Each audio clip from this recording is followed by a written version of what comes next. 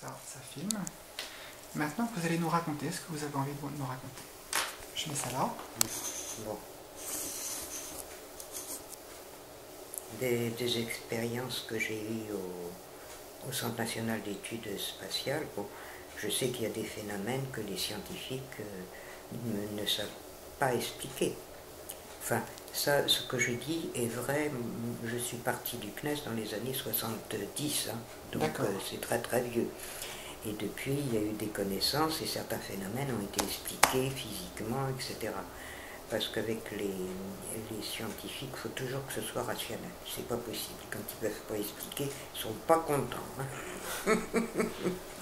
Et entre autres, je me souviens de photographies qui avaient été prises dans les Andes, mais à 5000, 6000 mètres d'altitude. Et on se disait, mais enfin, c'est pas vrai, c'est pas quelque chose de naturel. On aurait dit des aéroports géants. Ah oui, donc ça, ce sont les lignes de Nazca. Non. Nazca, c'est au sol, oui. C'est même à moins... Oui, c'est vrai. Ouais. Tandis que là, c'était à 5000 mètres d'altitude. Alors là, on se dit, il y a un truc, mais c'est pas 5000 mètres, mais il y avait quoi, en fait? Ben, rien. Sinon, une forme extrêmement linéaire. Et je me souviens d'un triangle qui paraissait un triangle isocèle, parfait. Mais qui flottait dans les airs ou pas? Ben non. Non, ça paraissait être le sol. Et un plateau à 5000 mètres d'altitude. À 5000 mètres, d'accord. C'était vraiment impressionné de voir ces photos-là. Bon, alors maintenant, ça doit être expliqué, je ne sais pas. Mais il y a des tas de choses comme ça. Il y a eu aussi dans les satellites, ils avaient des pluies de particules qui ne venaient pas d'autres satellites, ça ils en sont certains, mais d'où venaient-elles, ça c'était pas évident. Puis on ne peut pas sortir pour faire la cueillette et savoir exactement ce qui s'est passé. Maintenant on pourrait le faire, je pense, mais à l'époque c'était pas possible. Mais il y a des tas de petits phénomènes comme ça. Et puis, vous savez, moi j'ai vécu à une époque où c'était la guerre froide, alors les Soviétiques et les Américains étaient en concurrence et racontaient un petit peu n'importe quoi. Hein. Ne serait-ce que... Ben, les Soviétiques ne disaient rien. Oui, ça, ou pratiquement, on n'avait pas d'informations.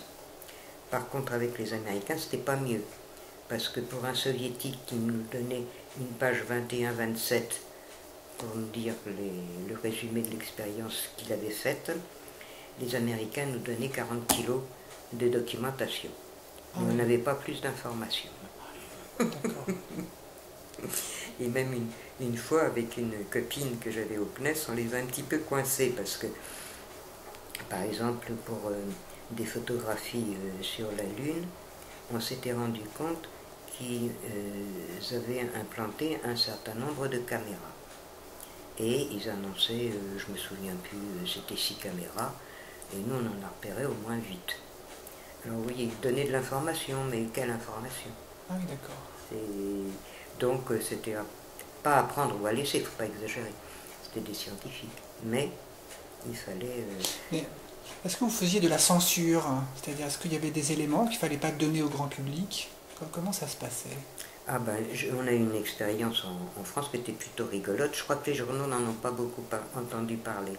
Mais c'était depuis Air-sur-Adour, dans le sud, et ça, si vous avez l'occasion, je ne sais plus s'ils en font encore, ça m'étonnerait, mais il y avait des lâchers de ballons qui partaient à peu près à 10 000 mètres, 15 000 mètres d'altitude, et redescendaient. C'était des expériences spatiales.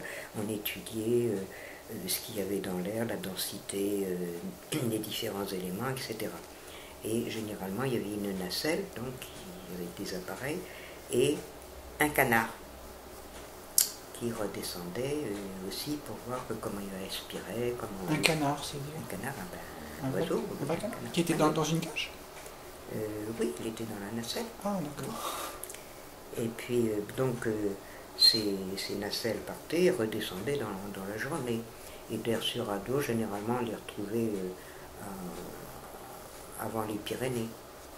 Et puis, alors, de temps en temps, il y a eu des vents contraires qui n'étaient pas prévus ou que les ingénieurs avait mal calculé, je ne sais pas ce qui s'est passé, mais on a eu une nacelle comme ça qu'on a retrouvée en Égypte quand même. C'est un petit peu bête. Hein. Bon. Mais alors il y en a une autre, c'était beaucoup plus grave parce que en fait les 10 000, 15 000 mètres, ça veut dire là où les avions de grande ligne passent. Donc on est obligé de faire très attention, c'est pour ça qu'on ne les laisse jamais partir vers des lignes aériennes normales. Et là, il est parti vers des lignes aériennes normales. Donc on a envoyé la chasse française. Ah bon? Pour abattre le la vol? descendre. Ah oui. Il fallait la descendre parce qu'elle risquait de provoquer un accident d'avion.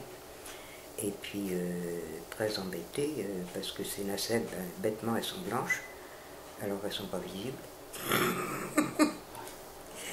Et elle est partie en Allemagne. Alors on a averti l'OTAN. L'OTAN a envoyé ses chasseurs. Alors on a prévenu les soviétiques que c'était pas grave, hein, qu'il fallait pas qu'ils s'affolent, que c'était une nacelle, qu'il y avait un canard quand même dans la nacelle. Et puis finalement il est revenu. Enfin ça c'est plutôt la plaisanterie, mais je sais pas si on en a beaucoup parlé, on s'en est bien amusé au CNES, mais c'est... Non, mais c'est... Par contre j'en veux à certains journalistes qui racontaient n'importe quoi. Ah oui? Comme ça... Là vous éteignez votre appareil parce que je peux pas. Ah d'accord.